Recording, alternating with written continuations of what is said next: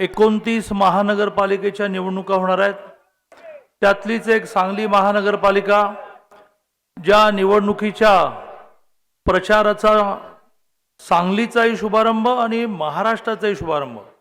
आपल्या सगळ्यांना आनंद होईल की काल माघारी झाल्यानंतरची प्रचाराची पहिली सभा महाराष्ट्रातली ही माननीय देवेंद्रजींची सांगली आहे. त्याच्यानंतर इचलकरंजी आहे आणि मग संध्याकाळी मुंबई आहे.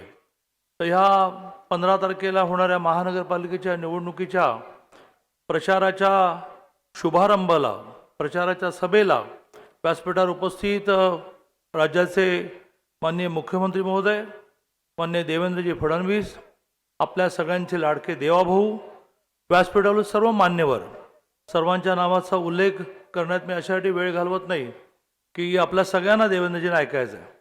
आणि मोठ्या प्रमाणावर उपस्थित व्यासपीठावरील मान्यवर, सर्व उमेदवार, की जे उमेदवार जातीचा विचार केला तर सगळ्या जातीचे आहेत, महिला पुरुष विचार केला तर ज्या महिलांना आरक्षण द्यावं लागतं त्या आरक्षणापेक्षा जास्त तो पुरुष सर्वसाधारण असतानाही आग्रहाने ती महिला त्या ठिकाणी चांगली लढू शकते.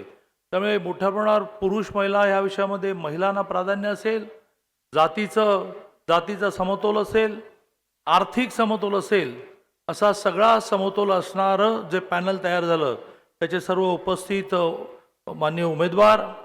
आणि दुपारची वेळ सभेला सोयीची नसते, असं असताना सुद्धा इतक्या मोठ्या संख्येने उपस्थित बंधू आणि भगिनींनो, माझ्या आधी सुरेश भाऊंनी आणि सुधीरदादांनी उल्लेख केला की गेल्या वर्षी इतिहासात पहिल्यांदा सांगली महानगरपालिका, आधी नगरपालिका, मग महानगरपालिका झाल्यानंतर पहिल्यांदा भारतीय जनता पार्टीचा ब्रँडेड कमळ चिन्हावरचा महापौर झाला.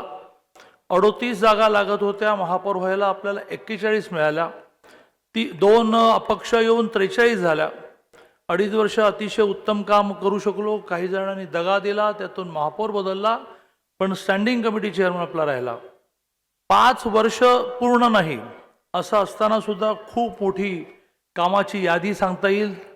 ज्या कामाच्या भरवशावर केंद्रातलं माननीय मोदीजींचं काम, राज्यातलं माननीय देवेंद्रजींचं काम, आणि केवळ 2.5 वर्ष मिळाल्यानंतर, म्हणजे आपला उल्लेख केला सुरेश भाऊनी की सरकार आल्या माननीय देवेंद्रजींनी रस्त्यासाठी 100 कोटी रुपये दिले, असं तिन्ही स्तरावरचं काम इतकं प्रचंड झालं आहे. आणि त्यामुळे विजय आत्ताच झाला याचं एक मोठं उदाहरण म्हणजे सगळ्यांना एकत्र यावं लागलं.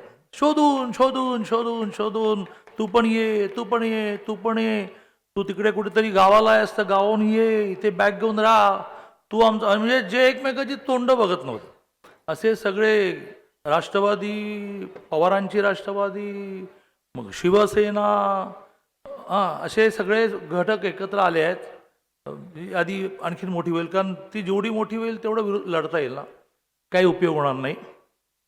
माननीय देवेंद्रजींचं महाराष्ट्रातलं काम, देवेंद्रजींचं सांगलीकडे असणारं लक्ष, याचा विश्वास सर्वसामान्य माणसाला आहे. आणि त्यातून प्रचंड मोठ्या संख्येने भारतीय जनता पार्टी केवळ RPIला बरोबर घेऊन, भारतीय जनता पार्टीच्या बाबतीमध्ये शिवसेनेने असा आरोप केला की हे अधिक जागा द्यायला तयार नाहीत.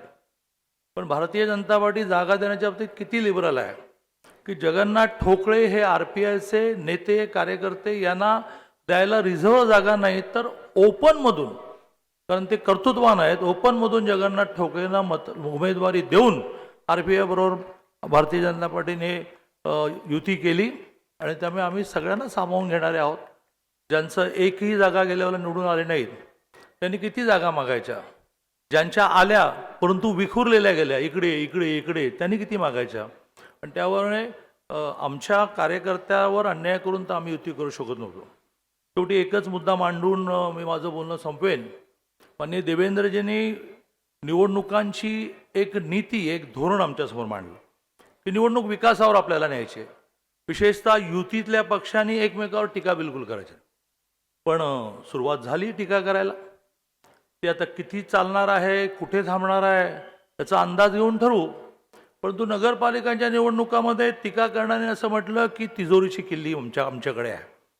मी भोरच्या सभेमध्ये मांडलं आणि ते खूप महाराष्ट्रामध्ये चाललं की तिजोरीची किल्ली तुमच्याकडे आहे, परंतु तिजोरीचा मालक आमच्याकडे आहे. आता असं म्हणेन,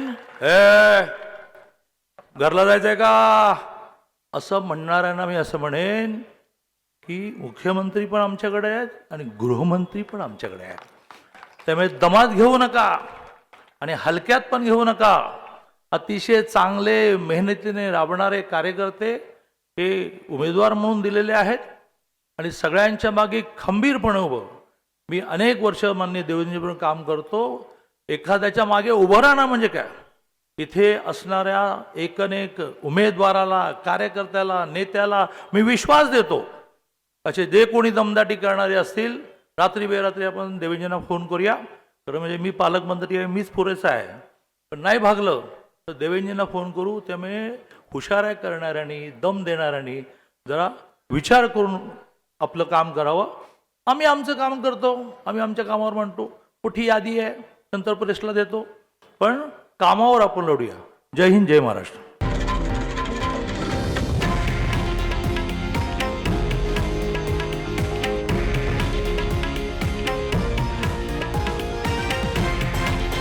हे आहे देशातील नंबर 1 न्यूज नेटवर्क आणि आपण पाहत आहात TV9 मराठी, एकमेव.